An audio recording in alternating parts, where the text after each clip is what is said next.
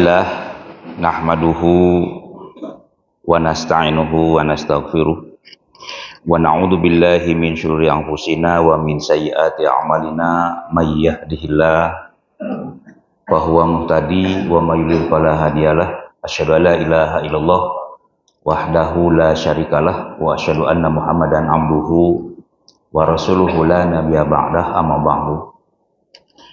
Para jamaah hadirin hadirat rahimakumullah,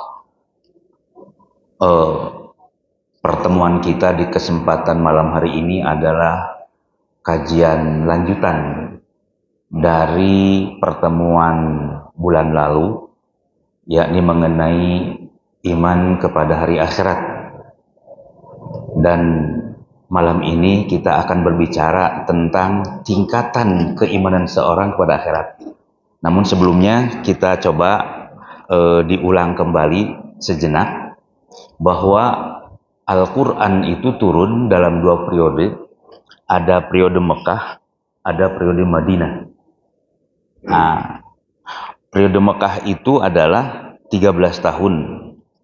13 tahun, dan Al-Quran yang turun ketika itu adalah 19 juz. 19 juz, 4.780 ayat. Dan tema yang diusung ketika itu cuma 3.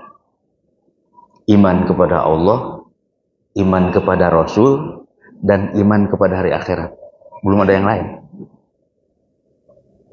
Iman kepada Allah adalah sebagai bentuk dakwah para nabi, pengukuhan akidah.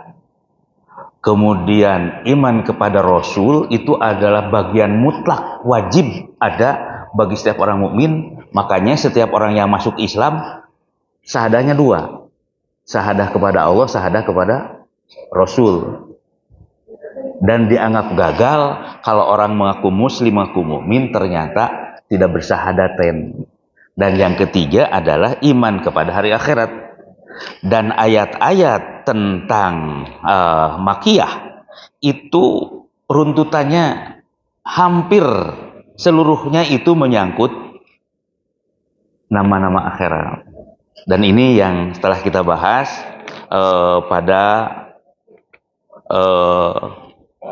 bulan yang lalu. Al-Jasiyah, At-Takwir, Al-Waqi'ah, Al-Infitor, Al-Haqqah, Al-Ma'arij, Al-Qari'ah, Al-Jajalah, dan seterusnya. Itu semua menyangkut akhirat. Ini menunjukkan bahwa hari akhirat, iman kepada hari akhir itu adalah tidak boleh disepelekan. Nah, sisanya itu adalah periode Madinah. Periode Madinah itu selama 10 tahun. Ayat yang turun adalah 11 juz. Dan itu 1456 ayat. Dari yang 1456 ayat ini, itu menyangkut hablum minallah, hablum minannas. Akan tetapi hablum minallah, hablum minannas tetap diikat oleh iman kepada hari akhirat. Misalnya tentang pengukuhan hukum talak. Dzalika yu'adu bihi man kana minkum yu'minu billahi wal yaumil akhir. Talak itu dikaitkan dengan hari akhirat. Tentang penegakan ekonomi yang sehat, penegakan ekonomi yang adil, bebas riba. Ujung ayatnya wattaqu yauman turja'una fihi ilallah, akhirat. Tentang penegakan hukum pidana sama. Az-zaniyatu wazani fajlidu kulla wahidin minhuma mi'ata jaldah. Itu hukum pidana. Dan ujung ayat mengatakan in kuntum tu'minuna billahi wal yaumil akhir. Jadi akhirat itu dibawa terus. Makanya jangan pernah menyepelekan akhirat sekecil apapun. Lalu muncul, kalau ada akhirat dan dunia, mana yang dipilih? Nah, kemarin ada kisahnya banyak gitu ya. Bagi seorang muslim itu walal akhiratu khairul laka minal. Nah, ini yang berat gitu. Nah, kita lanjutkan sekarang. Tingkatan imannya sekarang kepada hari akhirat.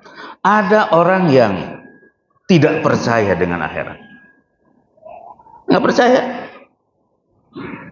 Prinsip mereka bahwa lan nu'mina laka hatta narallaha jahratan. Sesuatu itu adalah benar, sesuatu itu adalah yakin ada bila mana dapat diindra, bisa dilihat, bisa diraba, bisa dirasakan. Baru bisa dipercaya. Kalau ternyata tidak bisa diraba, nggak bisa dilihat, nggak bisa dirasakan, itu adalah tidak dipercaya. Lan nu'mina laka hatta narallaha. Kami tidak akan beriman kepada engkau kecuali aku melihat Allah begini. Itu prinsipnya itu, materialistis. Dan kalau ini menjalar kepada kaum muslimin, hati-hati itu prinsip ini. Ya, sampai ada ini aja anekdot aja. Jadi di sekolahan SD, tiba-tiba guru matematika masuk. Dia duduk, kemudian ngambil kapur. Anak-anak, kalian bisa melihat kapur ini? Bisa apa guru? Ini artinya kapur ini ada. Dia nunjuk ke papan tulis. Kalian tahu ini apa? Papan tulis Pak Guru. Kalian bisa melihatnya? Bisa Pak Guru. Berarti papan tulis ini ada. Kalian berdoa kepada siapa?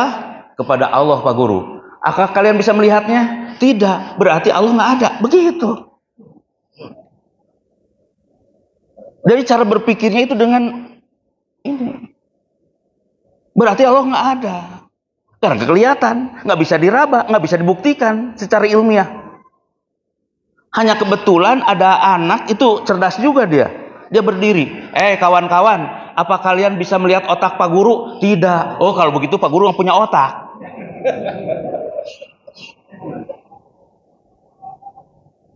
Padahal tidak setiap yang tidak diindra itu nggak ada. Rasa cinta kan nggak bisa dilihat, nggak bisa, tapi dia dirasa. Nah, yang kedua, ini prinsip mereka tidak percaya akhirat adalah bahwa setelah mati itu nggak ada kehidupan, udah mati saja. Makanya banyak karya-karya ilmiah mereka yang sangat luar biasa bahwa sudah mati, udah beres, nggak ada apa-apa. Dan prinsip seperti ini, seperti Al-Quran, mahia ila hayatuna dunya namutu wa nahya. Hidup ini cuma di dunia, kita hidup, kita mati, beres. Itu. Jadi golongan pertama ini sama sekali tidak percaya dengan adanya akhirat. Makanya dalam hal ini kita lihat orang mati. Ini proses kematian ya.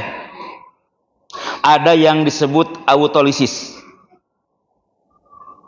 Press autolisis, di mana proses pembusukan mayat, proses manusia itu menjadi bangkai, itu dimulai ketika berhenti berdetak jantung. Itu mulai pembusukan. Nah setelah 3 jam sampai 6 jam dari kematian, itu otot akan kaku. Otot akan kaku, dan ini disebut rigor mortis, kata mereka. Masuk ke jam ke-24 sampai 72, akhirnya hari pertama sampai hari ketiga dalam kematian, maka tubuh akan perlahan menjadi dingin. Dia mendingin. Kenapa dingin? Tidak ada oksigen yang masuk karena darah berhenti ke dalam tubuh, kemudian bakteri dalam usus sudah menyebar, dan enzim sudah mulai menggerogoti ini. Itu yang disebut autolisis pada tahapan pertama. Dan pembusukan belum nampak. Kenapa? Yang busuk di dalam, di luar belum kelihatan. Maka tahapan yang kedua itu yang disebut bloat, penggelembungan tubuh. Setelah hari ketiga sampai hari kelima dari kematian, bakteri berkembang biak dan itu akan membentuk gas di dalam tubuh. Makanya menggelembung dia. Itu kalau sudah antara 3 sampai 5 hari, dan gas itu berupa karbon dioksida, metana, nitrogen, dan hidrogen sulfida. Lalu tubuh menggelembung, cairan akan keluar lewat ini, akan keluar sini, ini. Kemudian dari lubang-lubang yang ada mulai menggelembung. Itu tahapan kedua. Tahapan ketiga active decay, dan dia dikatakan ada peluruhan aktif, di mana setelah hari ke-8 sampai ke-10 kematian, sebagian besar massa tubuh itu akan hilang. Maka di sini akan mulai menghitam tubuh, yang hitam karena tidak ada darah dan oksigen serta zat gizi di dalamnya. Masuk hari ke-4, sebagian besar komponen tubuh berubah warna, jaringan dan sel tubuh akan hancur, jantung, ginjal, hati dan organ lain menjadi cair. Ingat, tubuh ini 70% cairan. Itu berubah itu pada tahapan ke-4. Dan terakhir yang sebut pembusukan tulang, di mana pembusukan tulang ini semua komponen tubuh terurai, rusak, kecuali ini tulang kering. Nanti seluruh tubuhnya akan hancur, akan luluh, dan itu memerlukan 2 tahun lebih. Yang tersisa hanya tulang ekor, itu nggak akan hancur. Kalau di dalam hadis ini, kullu ibni Adam ya'kulut turab. Setiap anak Adam, setiap manusia nanti itu akan hancur dimakan tanah. Illa ajbad dan bi, kecuali tulang ekor. Kenapa? Minhu khuliqa wa fihi rukabu. Karena dari sini diciptakan kehidupan dan dari sini nanti mereka dibangkitkan. Dan sebagian ilmu pengetahuan percaya ini, cuman tidak percaya kalau itu akan ada hisab. Itu udah mati aja.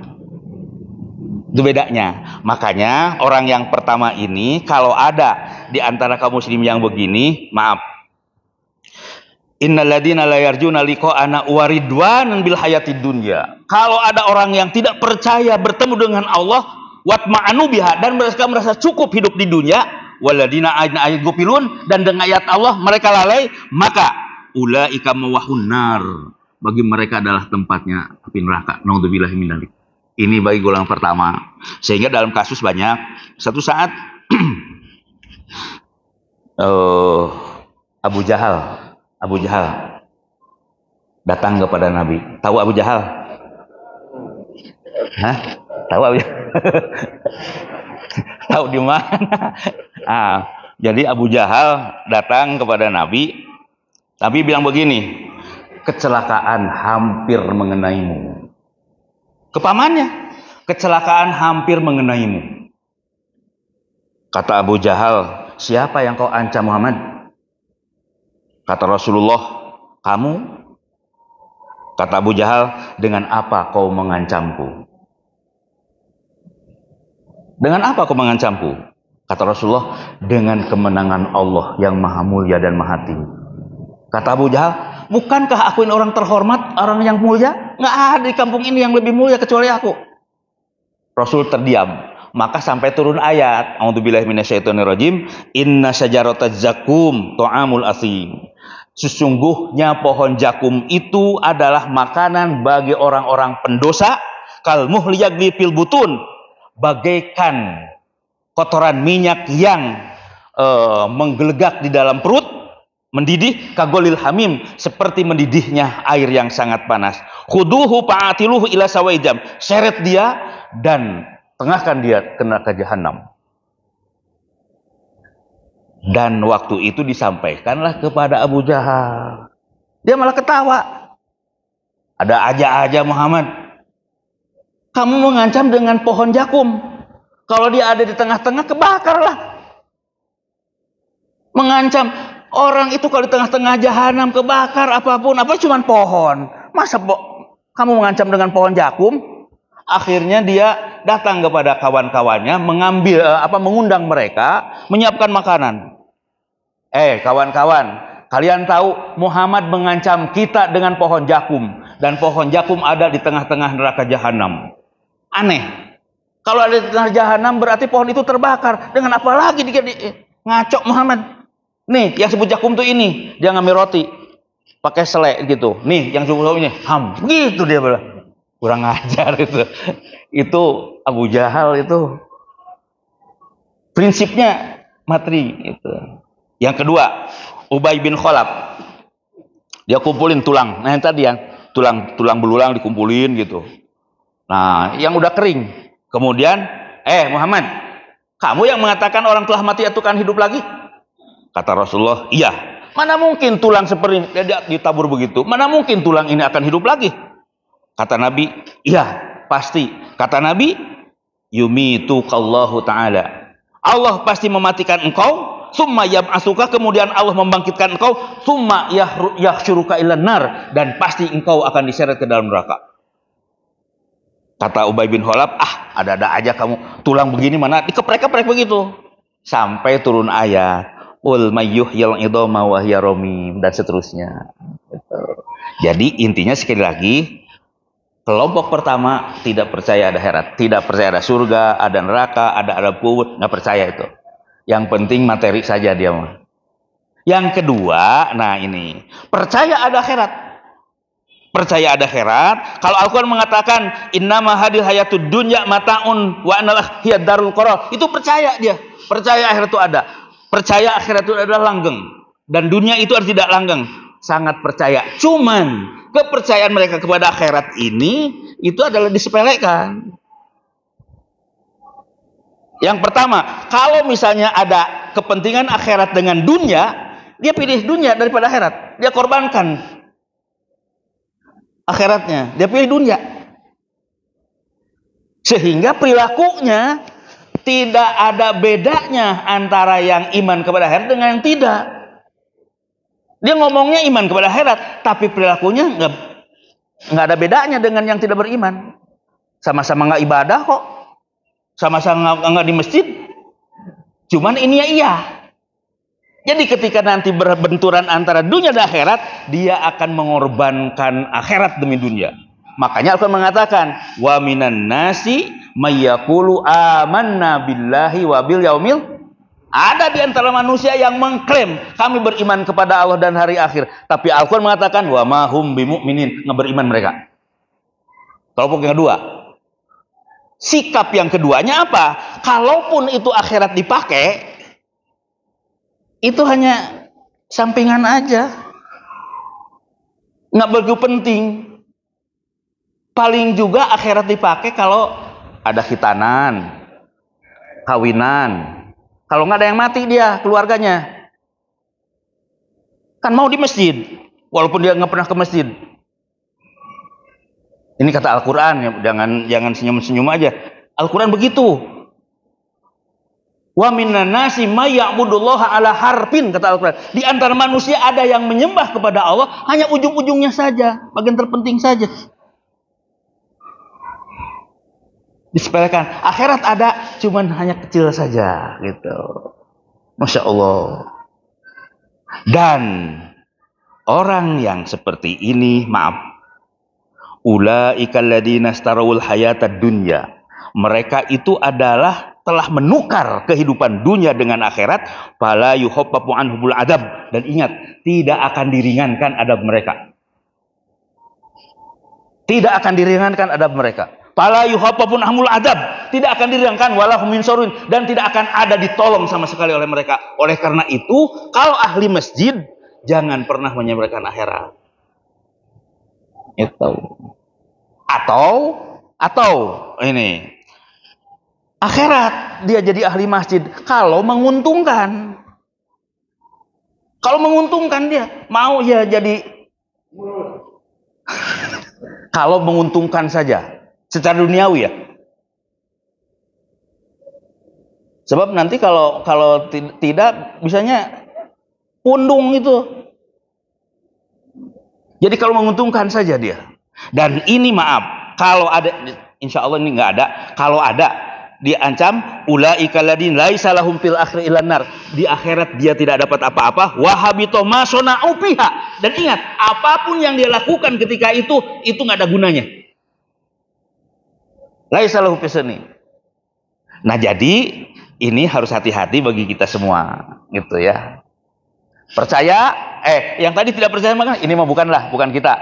Nah ini bagian kita nih, percaya tapi akhirat hanya ujungnya saja. Pokoknya kalau untuk akhirat mah nggak ada waktu, tapi kalau untuk dunia maksakan. Itu. Makanya cuma dibalik mestinya ngedoanya, Allahumma paksain untuk akhirat. Itu. Nah, jadi ini yang kedua. Contoh biar mudah nih. Ini lagi begini nih. lagi begini. Nabi lagi ceramah, bayangin. Lagi ceramah Rasulullah. Anteng dia ceramah begini, menyampaikan Al-Quran, menyampaikan sunnah Nabi. Tiba-tiba rombongan masuk Madinah. Rombongan bisnis masuk Madinah. Para saudagar bawa barang-barang perdagangan, niaga. Maka begitu masuk, wih, ramai amat nih di luar. Bubar. Ya Allah. Lagi ngaji bubar. Itu yang ngomong Nabi itu. Apalagi cuman Arifin kali ya. Nabi ini. Bubar dia keluar semua waktu itu. Yang tersisa tinggal 12 orang. Di antaranya Abu Bakar dan Umar ibnu Khattab. Nabi ditinggal. Masya Allah. Akhirnya Nabi begini. Ini begini tentang urusan. Sampai Nabi mengatakan, walladzi nafsi biyadih, demi Allah, lau tataba'tum hatta lam yabqa minkum ahadun lasala bikumul wadin naro. Demi Allah, kata Rasulullah, andaikan mereka semua keluar dari sini mengikuti langkah mereka, memburu perniagaan itu, sehingga tidak ada yang tersisa di rumah ini, di masjid ini, seorang pun, lasala bikumul wadin naro, pasti lembah ini akan dibakar oleh api, kata Rasulullah. Karena masih ada yang tersisa 12 orang, maka selamat. Makanya ahli masjid sebetulnya adalah penyelamat dari musibah itu. Dan mudah-mudahan kita semua termasuk ahli masjid, insya Allah. Dan turunlah ayat di sini. A'udzubillahi minasyaitonirrajim. Wa idza ra'au tijaratan aw lahwanin fadu ilaiha. Apabila mereka melihat tijaratan, perdagangan dan permainan, infadu, segera mereka berburu ke sana. Wa taraku kaqaima, dan kalian meninggalkan Nabi seorang diri berdiri. Turun sama ayat ini. Dan ini peringatan atas kita semua. Jadi Rasul sampai mengatakan begini, kata Rasulullah, apa tidak boleh kita mencintai dunia? Boleh. Boleh mencintai dunia itu. Hanya yang tidak boleh, gila dunia itu nggak boleh. Sampai Nabi mengatakan, dia kenakan, "Wallah, demi Allah, mal faqru akhsha alaikum." Bukan kepakiran yang aku khawatirkan kepada kalian itu, bukan kemiskinan yang aku takutkan kepada kalian itu, walakin akhsha alaikum antam satu alaikumud dunya. Tapi yang aku khawatirkan itu ketika dunia menguasai kalian, maju sini, maju sana, bebas. Wah. Maka pada saat itu Allah bukakan semua dan kalian berlomba mendapatkannya sampai Allah menghancurkannya. Itu. Boleh mencari? Boleh. Akan sebagaimana Al-Qur'an, jinalinas hubu syahawat minan dan seterusnya. Boleh. Cuman yang tidak boleh itu bila mana dunia dibelakangkan, akhirat apa? Dunia di depan, akhirat di belakang. Kalla bal tuhibbunal ajilah wa tadunul akhirah. Sekali-kali jangan kalian begitu. Kalian meninggalkan akhirat dan seterusnya, gitu ya. Nah, ini pesan dari Al-Qur'an dan sunnah Rasulullah SAW. Dan jika ada kaum muslimin, jika ada kaum muslimin sampai dia itu mengorbankan akhirat demi dunia, pertama maka dia itu pasti akan mengorbankan akhirat demi dunia. Sampai Al-Quran mengatakan, dalam hadis mengatakan, badiru bil a'mali fitanan kaqatlid lail. Segeralah kalian melakukan amal soleh sebelum datang fitnah kepada kalian.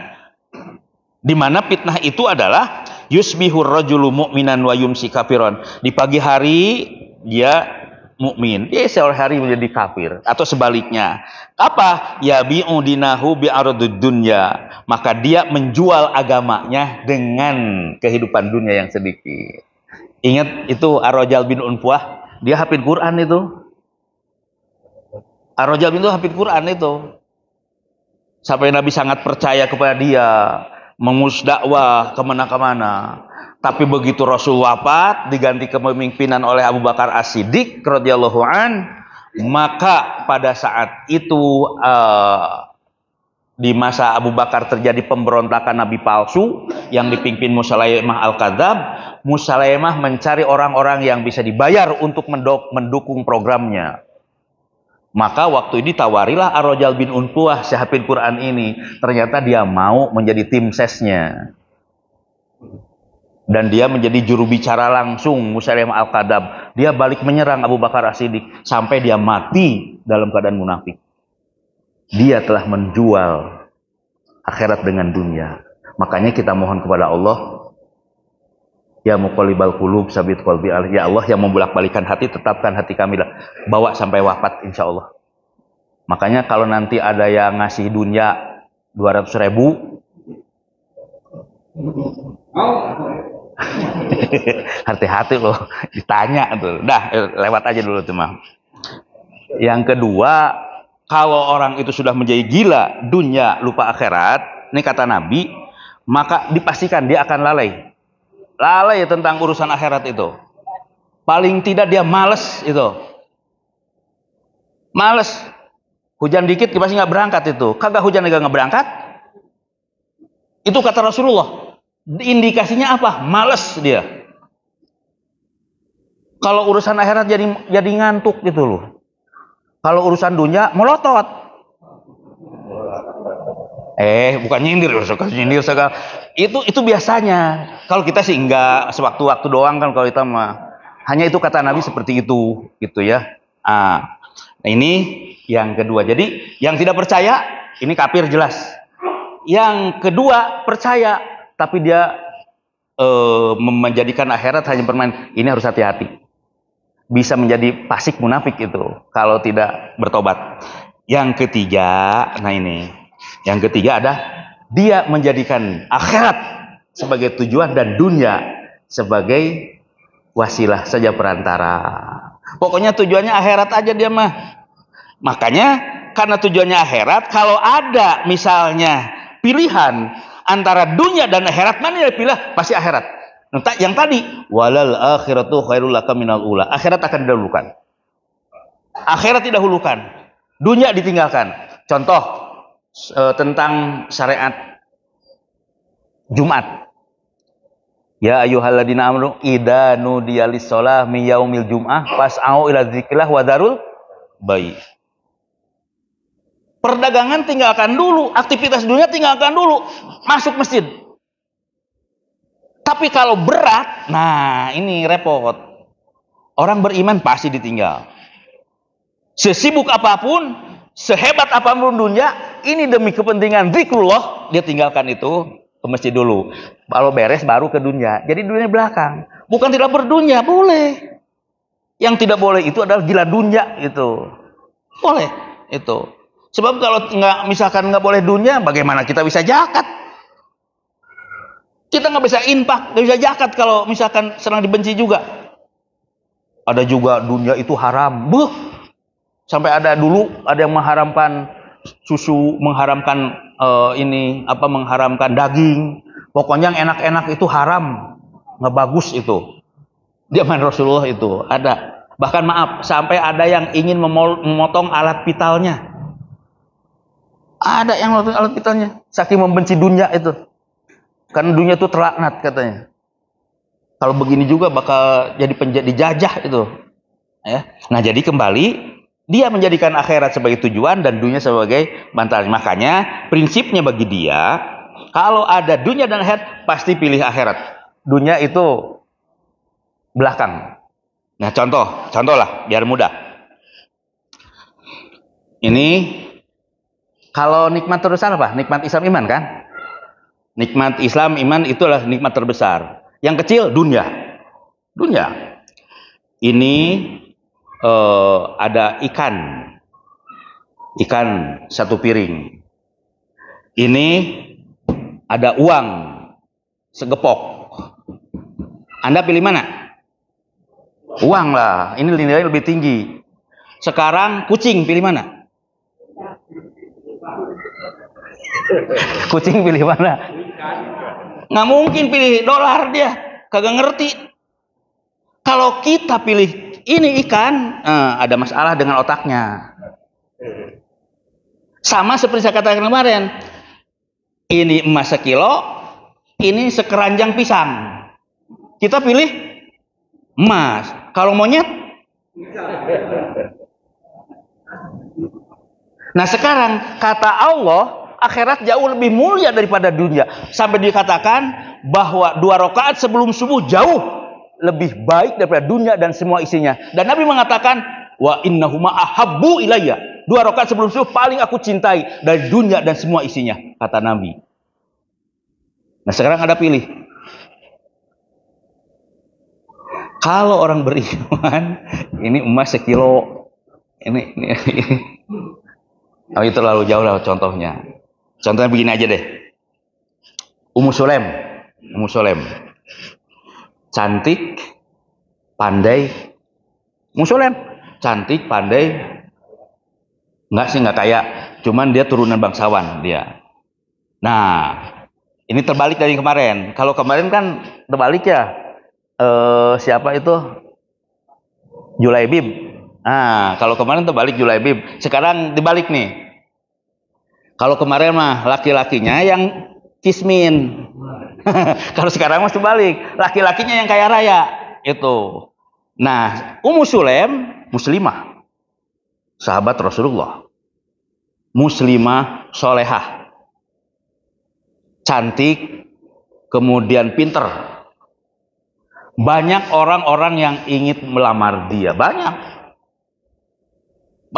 Akan tapi sekali lagi, ketika itu berlaku hukum kufu, harus banding, harus setara. Yang kaya dengan yang kaya, yang ganteng dengan yang glowing, itu. Iya, jadi harus ini. Makanya kalau ini punya wajah pas-pasan, nggak bisa. Itu, pokoknya wajah pasaran nggak bisa ini. Nah, ada waktu itu segalanya ada. Siapa? Tolha. Siapa Tolha? Nih.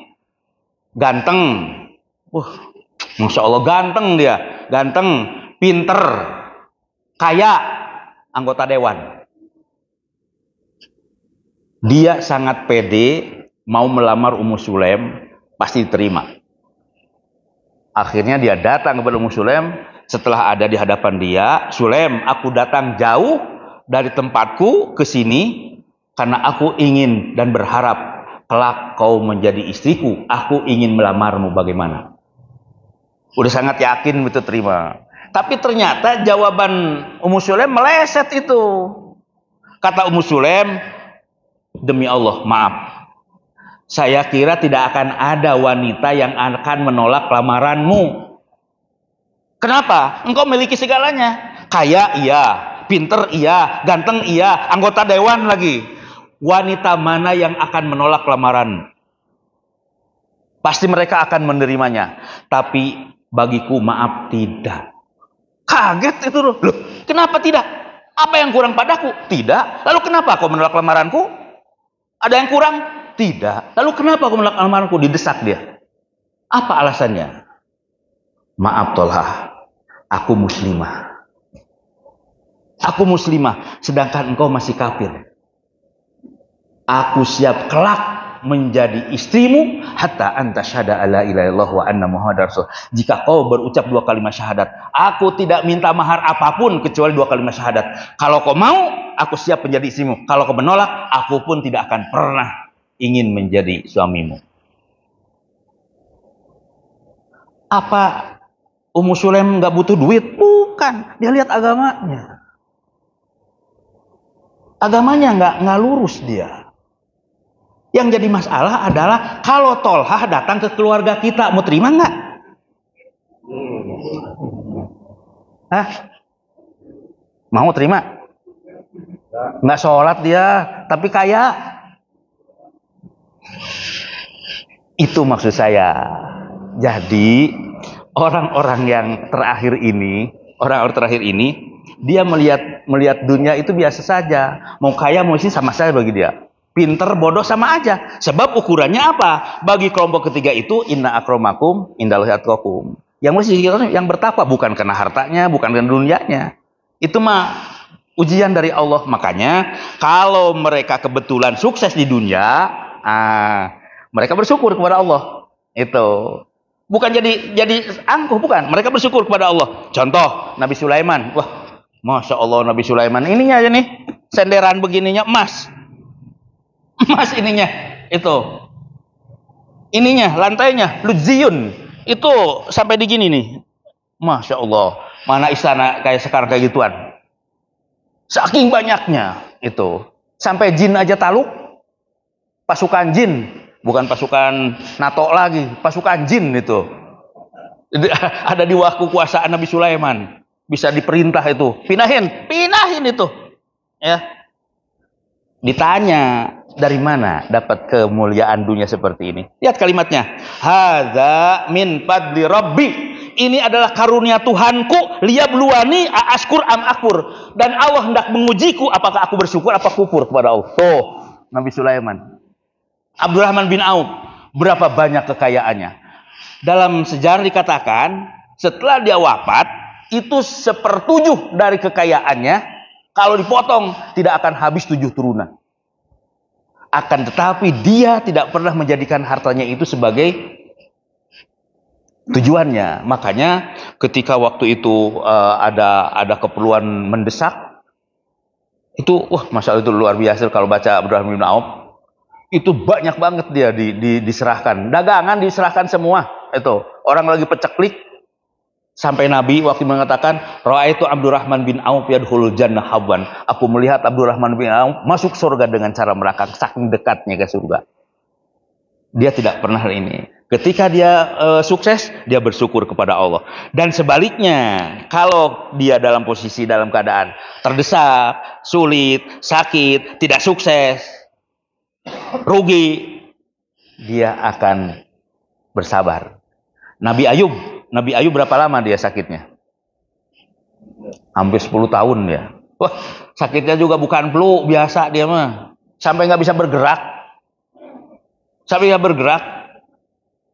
Tapi apa dia kutukan? Innani masyana duru wa anta arhamur rahimin. Ya Allah, aku diberikan kemadorotan seperti ini. Engkau maha pengasih, engkau punya. Mengadu aja kepada Allah. Mengadu kepada Allah. Dan ternyata atas kesabarannya itu adalah Allah anugerahkan luar biasa. Termasuk Bilal bin Rabah. Dia itu ya kalau secara ekonomi kan nggak menguntungkan. Akan tetapi Bilal bin Rabah itu sebelum wafatnya Nabi bilang begini, Sami'tu dafa nalaik fil jannah. Aku mendengar suara terompahmu ada di surga. Belum wafat itu. Aku dengar suara terompahmu ada di surga. Padahal kalau secara ekonomi dia sangat menderita daripada kita. Itu. Sampai akhirnya dia wafat mempertahankan la ilaha illallah dan dia benar-benar dijamin masuk surga. Maka kata Al-Qur'an, ulaika yujaunal ghurfata bima sabaru. Bagi mereka itu adalah pahalanya surga dengan kesabaran mereka, wa yulqauna fiha tahiyatan wa salama. Dan para malaikat menyambut mereka dengan salam. Wal malaikatu yadkhuluna alaihim min kulli bab. Para malaikat akan masuk ke tengah-tengah mereka dari setiap pintu. Salamun alaikum bima sabartum. Sejahtera atas kalian dengan kesabaran kalian semua. Jadi bagi golongan ketiga itu, akhirat tujuannya kalau beruntung di dunia dia bersyukur. Kalau dia misalkan ini dia bersabar. Dengan cara bersyukur dan bersabar, ini adalah poin pentingnya. Gitu. Tapi kalau untuk golongan pertama jelas bukan kita. Kalau golongan kedua mungkin ada di antara kita. Mudah-mudahan Allah mengampuni kita semua. Dan yang ketiga mudah-mudahan kita semua insya Allah. Mudah-mudahan insya Allah. Saya kira barangkali inilah taklim kita tentang iman kepada hari akhirat. Dan nanti insya Allah kita berbicara tentang alam kubur.